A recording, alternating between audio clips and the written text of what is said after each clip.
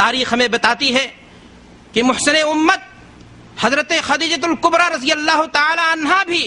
ظلم سہتے سہتے اس دنیا سے چلی گئی، لیکن ظلم کے آگے انہوں نے گھٹنے نہیں ٹیکا۔ یتیم بچوں کو، چھوٹے چھوٹے جو بچے تھے، ان کی چیخو پکار سے یہ مشرکین مکہ جن کے سینوں میں اسلام سے عداوت تھی، کینہ تھا، حسد تھی، جلن تھا، وہ خوش ہوا کرتے تھے، انہیں ترس نہیں آیا چھوٹے بچوں پر بھی۔ لیکن دوستوں اور بزرگوں، نتیجہ کیا ہوا؟ بالآخر اللہ کو جلال آیا، دستاویز جو معاہدے کی دستاویز تھی اسے دیمک چاٹ گئے۔ اگر اس میں کوئی چیز باقی رہ گئی تو وہ اللہ تبارک و تعالیٰ کا نام تھا۔ اللہ کے رسول صلی اللہ علیہ وسلم کے چچا اللہ کے رسول کی خدمت میں حاضر ہوتے ہیں اور عرض کرتے ہیں، بھتیجے کسی معاملے پر سمجھوتا کر لو، حالات بہت پریشان کن ہیں۔ اللہ کے رسول صلی اللہ علیہ وسلم فرماتے ہیں کہ اے چچا، اگر یہ ایک ہاتھ میں ہمارے سورت دے دیں اور دوسرے ہاتھ میں چاند دے دیں، لیکن اللہ کی قسم جو دعوت لے کر کے ہم اٹھے ہیں، جو مشن ہم لے کر کے اٹھے ہیں، اس مشن سے ہم رک نہیں سکتے۔ یریدون لطفئ نور اللہ بافواہہم واللہ متم نورہ ولو کرہ الکافرون، یہ نور خدا ہے کفر کی حرکت پہ خندہ زن، پھونکوں سے یہ چراغ بجھایا نہ جائے گا۔ یہ معاندین اسلام اپنے منہ کے پھونکوں سے شمع اسلام کو گل کر دینا چاہتے ہیں، لیکن اللہ کا اعلان ہے کہ شمع اسلام روز افزوں سے افزوں تر ہوتا رہے گا۔ میرے بھائی اور دوستو، بات چل رہی تھی کہ اگر تم غریب ہو تو شیب ابی طالب کے فاقہ مستون غریبوں کو دیکھو، اور اگر تم یتیم ہو تو یتیم مکہ کو دیکھو، جس یتیم سے خود خالق کائنات ہم کلام ہوتا ہے، الم یجدک یتیما فآویٰ، کہ اے نبی کیا ہم نے آپ کو یتیمی کی حالت میں نہیں پایا اور ہم نے آپ کو پناہ دی، اور پناہ ہی نہیں دی، آپ کا صحرا عرش فرش تک بلند ہو گیا، حتیٰ کہ ابو البشر حضرت آدم علیہ السلام پر بھی آپ کو فضیلت دی۔ اللہ فرماتا ہے ووجدک عائلا فاغنیٰ، اور آپ کو یتیم فقیر پایا اور آپ کو بے نیاز کر دیا۔ لہٰذا میرے محبوب کی رسالت کے دشمنوں، میرے محبوب کے راستے میں کانٹے بچھانے والوں، اسلام کی مخالفت کرنے والوں، اپنی ریشہ دوانیوں سے، اپنی بد کرداریوں سے، اپنی فتنہ سامانیوں سے باز آ جاؤ، اس لیے کہ ہمارے رسول کے راستے میں یہ ساری چیزیں کر کے تمہیں کوئی چیز ملنے والی نہیں ہے، اور اللہ تبارک و تعالیٰ آپ کے دامن سے ایسے افراد اور ایسی بلندیاں وابستہ کرنے والا ہے جو اسلام کا نام چہار داغ عالم میں پھیلا دیں گے۔ اللہ تبارک و تعالیٰ قرآن میں فرماتا ہے والضحیٰ واللیل اذا سجا ما ودعک ربک وما قلی، قسم ہے چاشت کے وقت کی اور قسم ہے رات کی جب وہ تاریکی اس کی چھا جائے، ما ودعک ربک وما قلی، نبی بددل نہ ہو، اللہ نے آپ کو چھوڑا نہیں ہے، آپ کی ہر ممکن مدد کرے گا۔ میرے بھائیو اور دوستو، سرزمین مکہ کی نااہلی ثابت ہو جانے کے بعد شجر اسلام کی آبیاری کے لیے جس ارض مقدس کا انتخاب کیا گیا، تاریخ نے اسے یثرب اور اللہ کے رسول صلی اللہ علیہ وسلم کے ورود مسعود نے اسے مدینۃ النبی کا نام دیا ہے۔ یہاں پہنچ کر اجنبیت دور ہوئی، بیگانگی کافور ہوئی، مسافرانہ زندگی ختم ہوئی، یہاں اللہ کے رسول صلی اللہ علیہ وسلم کو اطمینان کی سانس ملی، آپ صلی اللہ علیہ وسلم کو تعمیری اقدامات کا موقع ملا،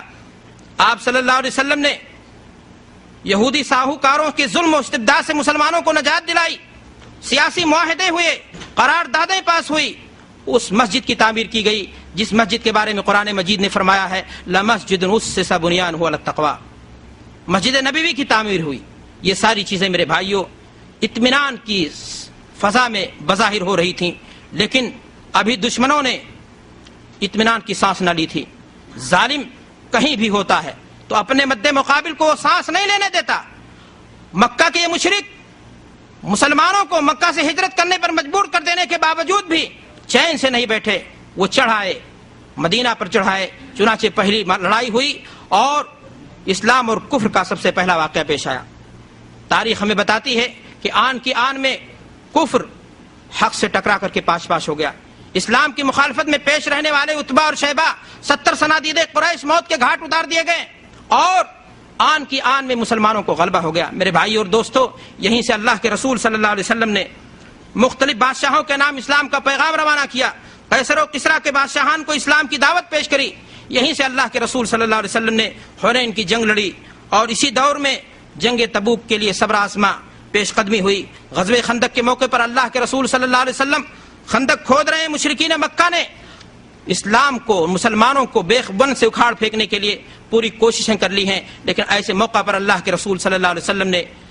پیشین گوئی فرمائی، کیف بک اذا لبست سوار کسریٰ، کہ سراقہ اس وقت تمہارا کیا حال ہوگا جب اللہ تبارک و تعالیٰ قیصر و کسریٰ کے خزانے کی کنجیاں ہی نہیں ان کا کنگن تمہارے ہاتھ میں دے گا. تاریخ سے پوچھیے, آپ کو بہت تفصیل سے بتائے گی. عمر فاروق رضی اللہ تعالیٰ عنہ کا زمانہ آیا اور کسریٰ کے خزانے کی کنجیاں مال غنیمت کی شکل میں حضرت عمر فاروق رضی اللہ تعالیٰ عنہ کے سامنے پیش کیا گیا. وہ کنگن بھی دیا گیا جس کنگن کے بارے میں اللہ کے رسول صلی اللہ علیہ وسلم نے پیشین گوئی فرمائی تھی. حضرت عمر فاروق رضی اللہ تعالیٰ عنہ نے اپنے ہاتھوں سے کسریٰ کے ہاتھ میں, کسریٰ کے کنگن کو سراقہ کے ہاتھ میں پہناتے ہوئے یہ فرمایا تھا کہ الحمدللہ الذی سلبہما کسریٰ والبسہما سراقۃ العربی. شکر ہے اس خدا کا جس نے یہ کنگن قیصر و کسریٰ کے خزانے سے نکال کر کے سراقہ جیسے عربی دیہاتی کے ہاتھ میں دے ڈالا. میرے بھائی اور دوستوں, وقت کی تنگ دامانی تفصیل میں جانے کی اجازت نہیں دیتی. میں آپ کے سامنے مدنی دور کی 10 سالہ تاریخ کو چند باتیں بتا کر کے سمیٹ دینا چاہتا ہوں. اللہ کے رسول صلی اللہ علیہ وسلم آمنہ کے لال, مکہ کے یتیم, اب مدینہ کے تاجدار بن چکے ہیں. عید کا دن ہے, اللہ کے رسول صلی اللہ علیہ وسلم نماز عید کے لیے تشریف لے جا رہے ہیں. آپ صلی اللہ علیہ وسلم راستے میں دیکھتے ہیں چند بچوں کو, وہ پھدک رہے ہیں, وہ خوشیاں منا رہے ہیں, لیکن انہی بچوں کے جھرمٹ میں ایک بچہ بیٹھا ہوا ہے جو انتہائی اداسی کے عالم میں ہے. اللہ کے رسول صلی اللہ علیہ وسلم اس بچے کے پاس جاتے ہیں, اس بچے کا حال دریافت کرتے ہیں کہ آخر مدینہ کے انہوں نے حال گلیوں میں پھدک رہے ہیں, عید کی خوشیاں منا رہے ہیں, آخر تمہاری خوشی کہاں چلی گئی؟ اس بچے نے جواب دیا کہ اللہ کے رسول انا یتیم, میرے ماں باپ نہیں, میرے پاس نئے کپڑے نہیں, میرے پاس والدین ہیں جو میرے لیے عید کی خوشیاں لا کر کے دے دیں. اللہ کے رسول صلی اللہ علیہ وسلم کا سینہ دکھ سے پھٹ گیا. آپ صلی اللہ علیہ وسلم نے اس یتیم کا ہاتھ تھاما, اسے گھر لائے اور آپ صلی اللہ علیہ وسلم نے حضرت عائشہ سے فرمایا کہ اے عائشہ اسے نہلا دو, اسے ایک نئے کپڑے پہنا دو, اسے اس کے سر میں تیل لگا دو, کنگھے کر دو. سب کچھ ہو جانے کے بعد میرے بھائیوں, اللہ کے رسول صلی اللہ علیہ وسلم نے فرمایا کہ اے بیٹے, آج سے محمد تیرا باپ ہے, عائشہ تیری ماں ہے, فاطمہ تیری بہن ہے. یہ سننا تھا کہ وہی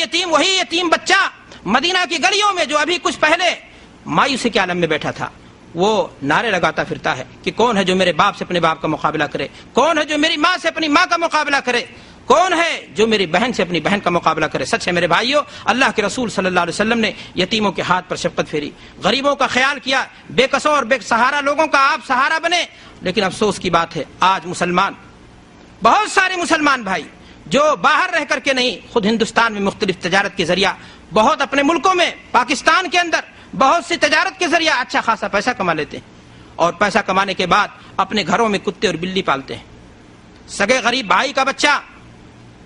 وہ پالش کا ڈبہ لیے بازاروں میں پھرتا ہے,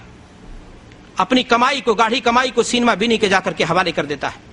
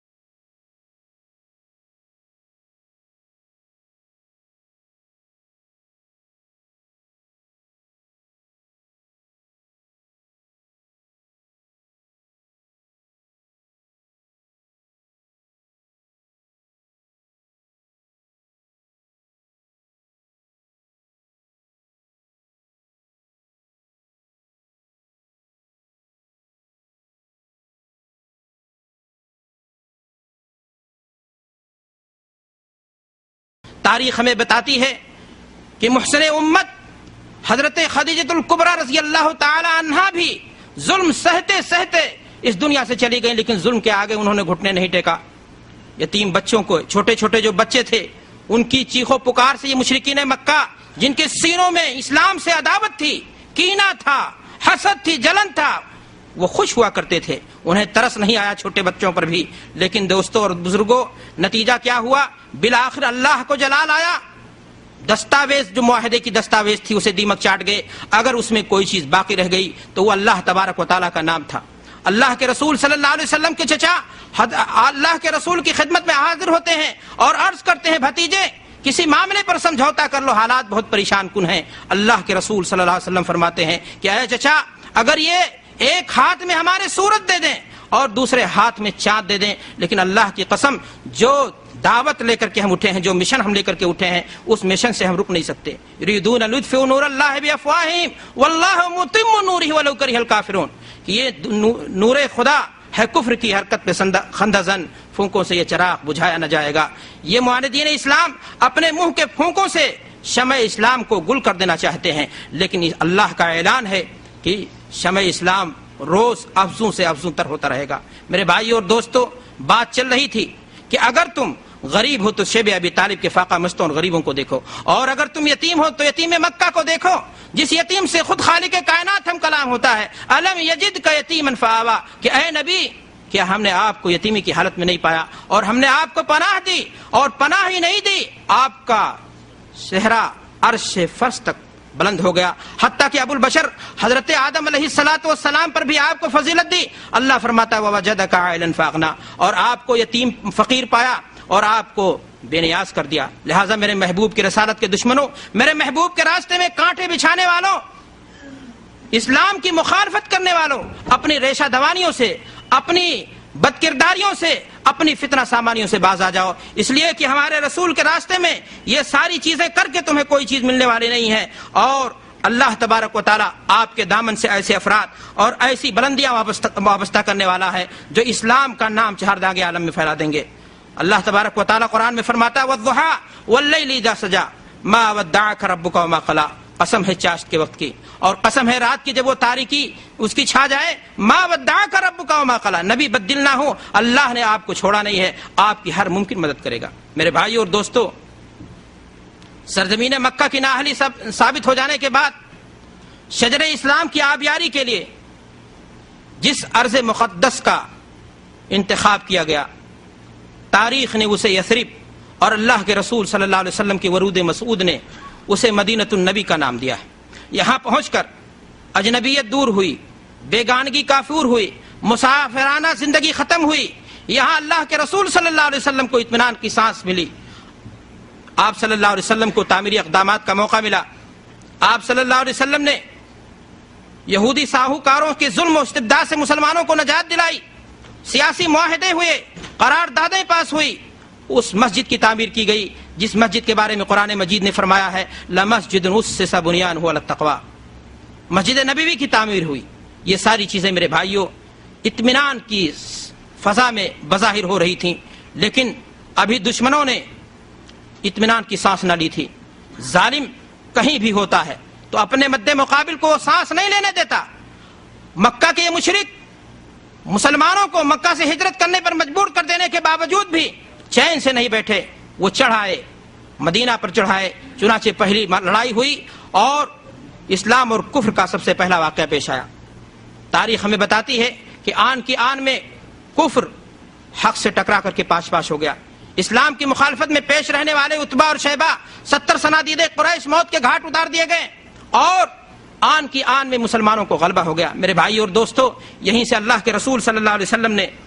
مختلف بادشاہوں کے نام اسلام کا پیغام روانہ کیا، قیصر و کسریٰ کے بادشاہان کو اسلام کی دعوت پیش کری۔ یہیں سے اللہ کے رسول صلی اللہ علیہ وسلم نے حنین کی جنگ لڑی اور اسی دور میں جنگ تبوک کے لیے صبر آزما پیش قدمی ہوئی۔ غزوہ خندق کے موقع پر اللہ کے رسول صلی اللہ علیہ وسلم خندق کھود رہے ہیں، مشرکین مکہ نے اسلام کو، مسلمانوں کو بیخ بن سے اکھاڑ پھینکنے کے لیے پوری کوششیں کر لی ہیں، لیکن ایسے موقع پر اللہ کے رسول صلی اللہ علیہ وسلم نے پیشین گوئی فرمائی، کیف بک اذا لبست سوار کسرا کہ سراقہ اس وقت تمہارا کیا حال ہوگا جب اللہ تبارک و تعالی قیصر و کسرا کے خزانے کی کنجیاں ہی نہیں ان کا کنگن تمہارے ہاتھ میں دے گا. تاریخ سے پوچھیے آپ کو بہت تفصیل سے بتائے گی. عمر فاروق رضی اللہ تعالیٰ عنہ کا زمانہ آیا اور کسرا کے خزانے کی کنجیاں مال غنیمت کی شکل میں حضرت عمر فاروق رضی اللہ تعالیٰ عنہ کے سامنے پیش کیا گیا. وہ کنگن بھی دیا گیا جس کنگن کے بارے میں اللہ کے رسول صلی اللہ علیہ وسلم نے پیشین گوئی فرمائی تھی. حضرت عمر فاروق رضی اللہ تعالیٰ عنہ نے اپنے ہاتھوں سے کسرا کے کنگن کو سراقہ کے ہاتھ میں پہناتے ہوئے یہ فرمایا تھا کہ الحمدللہ الذی سلبہما کسرا والبسہما سراقۃ العربی. شکر ہے اس خدا کا جس نے یہ کنگن قیصر و کسرا کے خزانے سے نکال کر کے سراقہ جیسے عربی دیہاتی کے ہاتھ میں دے ڈالا. میرے بھائی اور دوستوں، وقت کی تنگ دامانی تفصیل میں جانے کی اجازت نہیں دیتی. میں آپ کے سامنے مدنی دور کی 10 سالہ تاریخ کو چند باتیں بتا کر کے سمیٹ دینا چاہتا ہوں. اللہ کے رسول صلی اللہ علیہ وسلم آمنہ کے لال، مکہ کے یتیم، اب مدینہ کے تاجدار بن چکے ہیں. عید کا دن ہے. اللہ کے رسول صلی اللہ علیہ وسلم نماز عید کے لیے تشریف لے جا رہے ہیں. آپ صلی اللہ علیہ وسلم راستے میں دیکھتے ہیں چند بچوں کو، وہ پھدک رہے ہیں، وہ خوشیاں منا رہے ہیں، لیکن انہی بچوں کے جھرمٹ میں ایک بچہ بیٹھا ہوا ہے